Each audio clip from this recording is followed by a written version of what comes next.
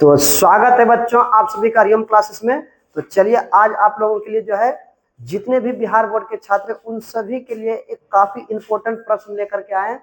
और यह प्रश्न अगर आप चाहते हैं कि पूरी तरह से समझने के लिए तो आप जो है इस वीडियो में शुरू से अंत तक बने रहें। साथ ही जो है अगर चैनल पे नए हैं तो चैनल को सब्सक्राइब कर लीजिए और बेल आइकन के घंटी को भी प्रेस कर दीजिए ताकि जैसे ही वीडियो अपलोड करें सबसे पहले आप तक नोटिफिकेशन पहुंच सके। तो चलिए हम वीडियो को स्टार्ट करते हैं। देखिए तो प्रश्न क्या है, ध्यान से देखिए।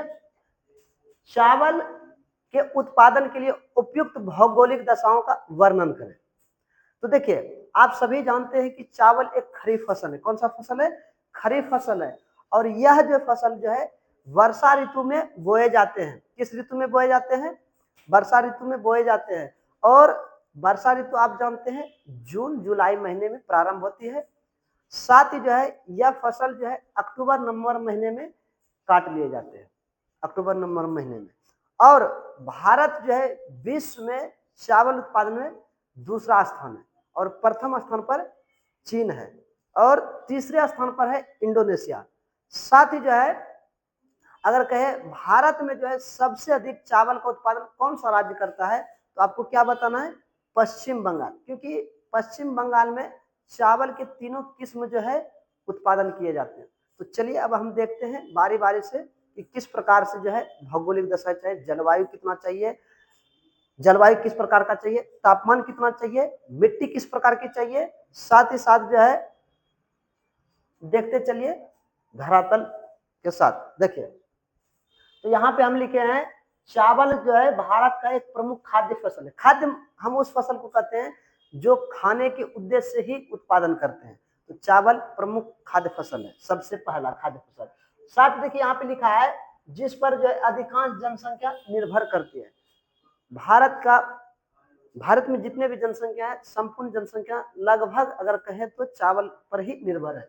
उसके बाद देखिए क्या कहते हैं, यह एक प्रकार का खरीफ फसल है। हम पहले ही आपको बता चुके चावल एक खरीफ फसल है। आगे देखिए जिसकी बुआई जो है जून जुलाई में की जाती है। किस महीने में? जून जुलाई में। चावल की उत्पादन जो है करने से पहले बोने का समय क्या है? जून जुलाई, जो कि वर्षा ऋतु का मौसम। उसके बाद और कटाई जो है अक्टूबर नवंबर महीने में की जाती है। किस महीने में की जाती है? अक्टूबर नवंबर महीने में की जाती है। साथ ही देखिए यहाँ पे क्या है, चावल उत्पादन में विश्व में पहला स्थान चाइना का है, दूसरा स्थान भारत है। पहले ही हम आपको बता चुके हैं कि चावल उत्पादन में विश्व में भारत दूसरा और प्रथम पर चाइना है। लेकिन अगर वही पूछ दे कि तीसरे पे कौन है तो इंडोनेशिया है। कौन है? इंडोनेशिया। आगे देखिए जबकि भारत में पश्चिम बंगाल धान के उत्पादन में अग्रणीय है, मतलब सबसे आगे है। आगे देखिए और साथ ही क्या कहते हैं इसके अलावे जो है उत्तर प्रदेश, पश्चिम बंगाल, आंध्र प्रदेश ये सभी राज्य है। लेकिन देखिए जितना भी उत्पादन होता है उसका जो है विश्व का 22% चावल जो है सिर्फ भारत उत्पादन करता है। 100% में 22% चावल भारत उत्पादन करता है। और साथ ही जो है कुल भूमि का मान लीजिए 100% भूमि है तो उसमें से जो है 23% भूमि पर जो है क्या किया जाता है? चावल की खेती। किसकी खेती? चावल की खेती होता है। आगे देखिए अब जो है आगे ध्यान से देखिए क्या है, जलवायु। क्या चीज? जलवायु। जलवायु किस तरह का चाहिए चावल की खेती के लिए? तो चावल की खेती के लिए हम आपको पहले ही बता चुके चावल का खेती जो होता है वह जो होता है उष्ण कटिबंधीय क्षेत्र। उष्ण का अर्थ होता है जहां गर्मी पड़ते हो, वैसे क्षेत्र को कहते हैं उष्ण कटिबंधीय। तो चावल की खेती के लिए कैसा चाहिए? उष्ण कटिबंधीय। और साथ ही क्या रहना चाहिए? आर्द्रता, मतलब उसमें नमी की मात्रा बना हुआ रहना चाहिए उस मिट्टी में। आगे कहता है कम वर्षा वाले क्षेत्र में और जहां बारिश कम होती है वहां पर जो है सिंचाई के माध्यम से भी चावल का खेती किया जाता है। आगे तापमान में देखिए बाबू, तापमान में क्या है? तापमान जो चावल की खेती के लिए उपयुक्त है और जो जरूरत है वह कितना चाहिए? जिस समय आप जो है चावल बो रहे हैं उस समय 21 डिग्री तापमान होना चाहिए। जिस समय आप फसल की बुआई कर रहे हैं, फसल रोप रहे हैं, उस समय तापमान कम से कम 21 डिग्री चाहिए और बढ़ते समय जो है 24 डिग्री चाहिए। कितना चाहिए? बढ़ते समय 24 डिग्री। और जिस समय धान अब पकना शुरू हुआ उस समय 27 डिग्री तापमान चाहिए। तापमान। आगे देखिए इस प्रकार चाहिए। और अगर मान लीजिए जिस क्षेत्र में 21 डिग्री से कम तापमान होते हैं तो वहां पर जो है जैसे 19 डिग्री है, 19 डिग्री से कम है, तो वैसे क्षेत्र में चावल की खेती नहीं हो सकता है। जैसे आप सुने होंगे कि जम्मू कश्मीर में कभी चावल की खेती के बारे में नहीं सुने होंगे, दार्जिलिंग में नहीं सुने होंगे, क्योंकि ये सब ठंडा प्रदेश है, वहां तापमान कम होते हैं। आगे देखो तो वही चीज यहाँ पे लिखे हैं। उसके बाद वर्षा है, क्या है वर्षा। वर्षा में क्या है, धान की फसल के लिए जो है बारिश जो है कम से कम कितना चाहिए, 125 सेंटीमीटर से लेकर के 200 सेंटीमीटर बरसात चाहिए। कम से कम 125 और 200 तक होना चाहिए बारिश। जिस क्षेत्र में बारिश इतना हो रहा है तो वहां पर जो है धान की फसल की खेती जो है खूब ही अच्छा होगा। साथ ही आगे देखिए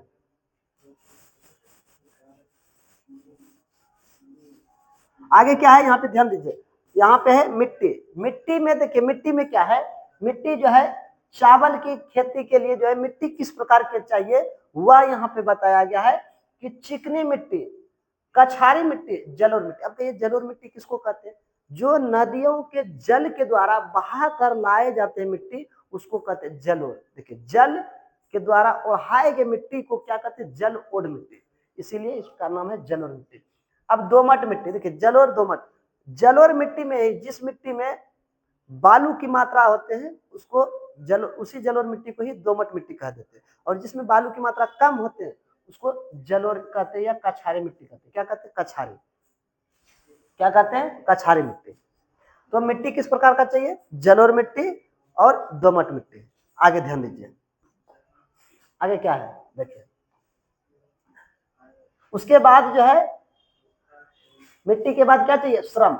श्रम मतलब कहने का मतलब क्या हुआ कि धान की बुआई से लेकर के निराई, कटाई, भंडारण, इन सभी कार्यों के लिए जो है मजदूरों की आवश्यकता पड़ती है। तो उनके लिए जो है हमको कुशल और सस्ता मजदूर चाहिए, और घनी आबादी वाले में ही मिलते हैं, तो इसलिए घनी आबादी वाले में धान की खेती भी ज्यादा होती है। देखिए चावल की खेती के लिए जो कुशल एवं सस्ते श्रमिकों की विशेष महत्व है। साथ ही कहता है इसका कारण है कि चावल की खेती जो प्रारंभ से अंत तक जुताई, बुआई, निराई, पौधे रोपण, कटाई आदि सभी कार्यों हाथ से ही किए जाते हैं। किससे किए जाते हैं, हाथ से। इसीलिए जो है सस्ते श्रमिक और कुशल श्रमिक की आवश्यकता पड़ते हैं।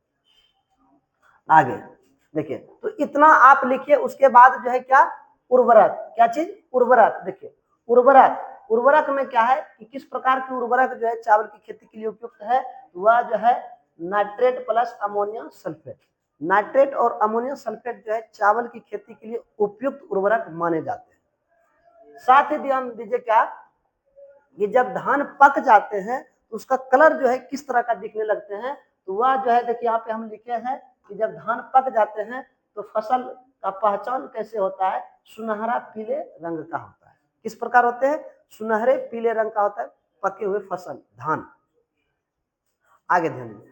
साथ ही अब यहाँ पे उत्पादक राज्य है, अगर ये सब नहीं भी लिखते हैं तो भी ठीक है, इतना कम से कम लिखिए आप, तो आपको आराम से जो है 4 में से 4 अंक आपको आराम से मिल जाएंगे। देखिए इस प्रकार से आप लिख दीजिए चावल की खेती के लिए।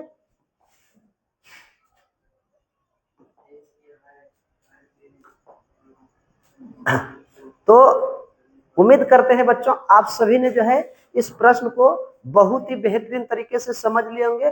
अगर चाहते हैं कि इसी तरह का वीडियो और भी आप लोगों के लिए लाए तो हमारे चैनल को सब्सक्राइब कर लीजिए और साथ ही साथ वीडियो को लाइक कर दीजिए। तो चलिए नेक्स्ट वीडियो मिलते हैं, तब तक के लिए जय हिंद।